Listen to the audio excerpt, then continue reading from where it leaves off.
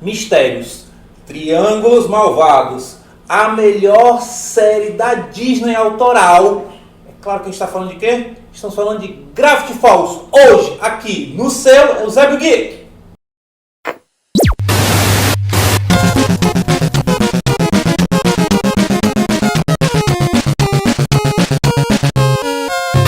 Finalmente vamos falar de uma série que, assim, hoje em dia, afinal de contas ela começou a ser produzida em 2014, ela foi uma das séries mais impressionantes que eu assisti nesses últimos tempos, nessa última década, né, para ser mais exato, que foi Gravity Falls. Gravity Falls, o Verão de Mistérios, ela é uma história contada principalmente pelos gêmeos Dipper e Mabel Pines, que saem nas suas férias de verão para passar um tempo com seu tio-avô Stan. E daí para frente, na cidade de Gravity Falls, acontecem muitos mistérios diferentes, muitas coisas diferentes, e é aí que reside uma das coisas mais interessantes. Primeiro, vamos falar dos personagens. Nós temos uma profusão grande de personagens muito bons e profundos também. Nós temos crianças passando para a adolescência, que é o caso dos gêmeos Pine.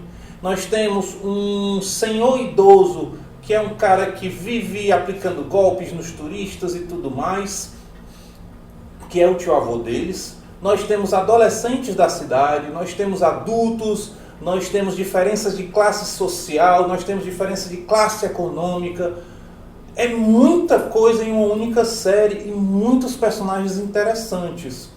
E o mais interessante é que, além de se contar a história de vários personagens, nós vamos vendo que a interação entre eles, no decorrer da série, que aconteceu em 3 temporadas, você vê que existe o conhecer o personagem, existe o entender o personagem e as ligações com os outros personagens, e você depois vê o crescimento desse mesmo personagem nessas 3 temporadas.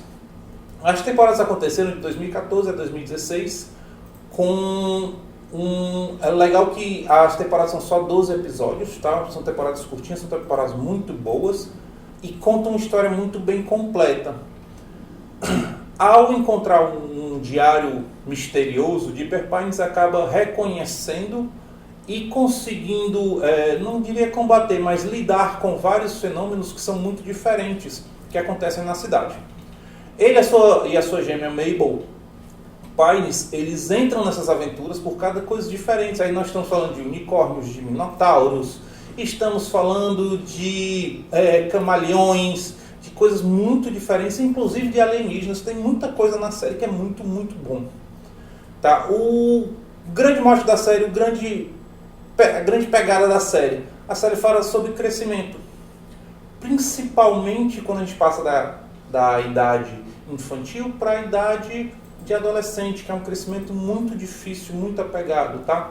Nós temos Dipper, que é um garoto nerd, que é um garoto estudioso, que é um garoto que gosta desses enigmas diferentes,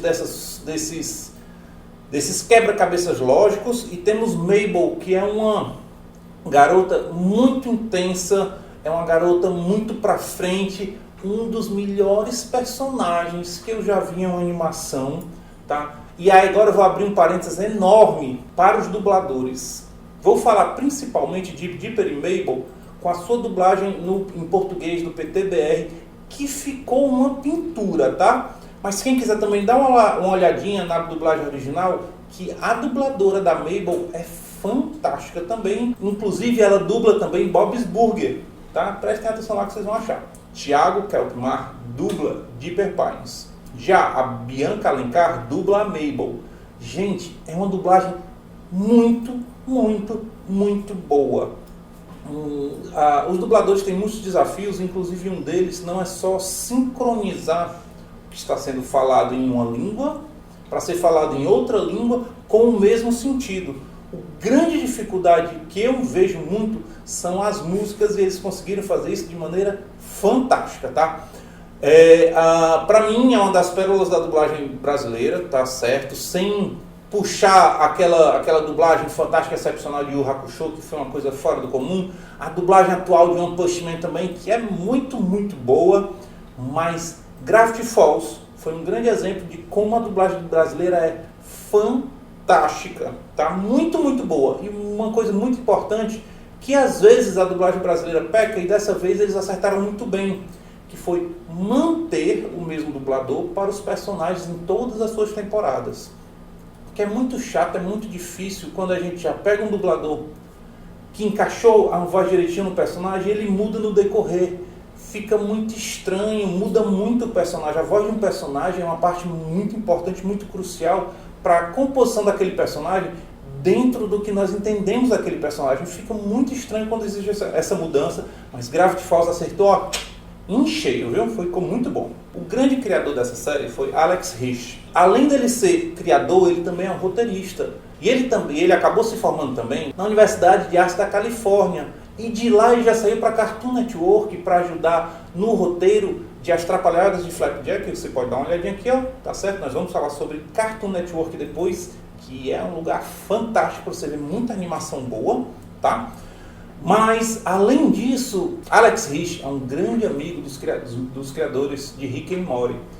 E, pega aí, presta atenção nessa imagem que a gente está mostrando agora. Existe um easter egg entre Gravity Falls e Rick and Morty que pouca gente percebe, até porque ele passa muito rápido. Nessa cena em que a caneca, o lápis e o bloco de anotações passa pelo portal em Gravity Falls, ele aparece aqui no portal lá em Rick and Morty, lá nos primeiros episódios, viu? Eles eram muito amigos, inclusive também tem outros easter eggs, mas deixa isso para outro dia que vocês vão saber, tá? Ei, chegou até aqui, não aconteceu nada estranho na sua casa, nem um zumbi apareceu, ou mesmo um minotauro? Que é isso? Curta, comenta e compartilha, tá? Ajuda nosso Web TV Eusébio a ser cada vez melhor, tá? E ó, se inscreve também para você sempre receber conteúdo novo, tá? Alex Hirsch também falou em entrevista que a concepção dos episódios de Gravity Falls foi um pouco diferente do que ele costumava fazer. O que é que acontecia?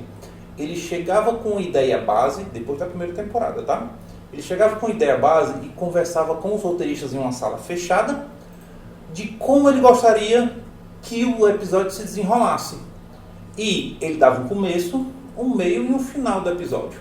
E os roteiristas preenchiam toda a outra parte. Então você vê como ele cuidou de todas as ideias, de praticamente todos os episódios, e como ele ficou muito bem encaixado. As 3 temporadas elas são muito distintas. Tá? Na primeira temporada você vê a chegada dos gêmeos Pines ainda, conhecendo a cidade e tudo mais, aquela história de amor juvenil e por aí vai, e o conhecimento inicial dos mistérios de Gravity Falls. Já na segunda temporada nós vemos um certo crescimento e uma certa já preocupação com o futuro. É muito interessante porque a segunda temporada mostra muito também a busca que o tio-avô deles tem, e eu não vou soltar esse spoiler, você vai assistir, mas a busca que o tio-avô tem dele por algo que ele perdeu, e ele está buscando com muita força e muita vontade. Ele parece aquele cara bobão e tal, que está lá só para enganar as pessoas, conseguir dinheiro, mas não, o cara tem um pensamento legal, tem uma motivação muito correta e muito bonita. Não é todo mundo que vê isso, gente. Muito, muito, muito bom. Já na terceira temporada, que nós conhecemos o incrível e fantástico Estranhagedon, onde Bill Cipher finalmente vai para o mundo real e começa a confusão, e nós vemos toda a cidade de Gravity Falls que conseguiu se salvar dele, lutar para poder conseguir sua cidade de volta e expulsar Bill Cipher, que é uma entidade de uma outra dimensão muito poderosa. Gente, é muito bem pensado, tem começo, meio e fim, muito bem definidos, os roteiros são muito bons e não existe um episódio dentro de Gravity Falls que seja dispensável. Todos fazem parte da história de uma maneira muito bem intrínseca, de uma maneira muito bem costuradinha, tá? Então, assiste, que vale muito, mas vale muito a pena, tá bom? Uma super curiosidade. As aberturas e encerramento de Gravity Falls gravam segredos. É legal como a Alex Hirsch conseguiu jogar isso dentro das aberturas, tá? Os episódios de 1 a 6 usam a conhecida cifra de César. De 7 a 13 usam a cifra Atbash. De 14 a 19 usam a cifra A1Z26, onde você troca uma letra por uma correspondência no alfabeto. Já do episódio a partir do 21 até o encerramento, usa a cifra Vigenere.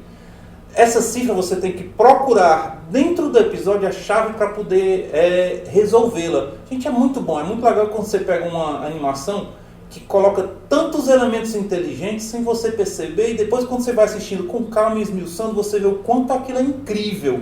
Então, não deixa de assistir, vale todo o teu tempo, chama aquela pessoa especial, chama também a criançada para assistir, porque é uma animação que edifica a criança, mostra como é ter família, que não é fácil, mas é muito bom, mostra como é crescer, que é difícil, mas é necessário. Então, não perde, gente, vale a pena. Gente, essa é toda a equipe da Web TV que se esforça para trazer o melhor conteúdo para você, tá?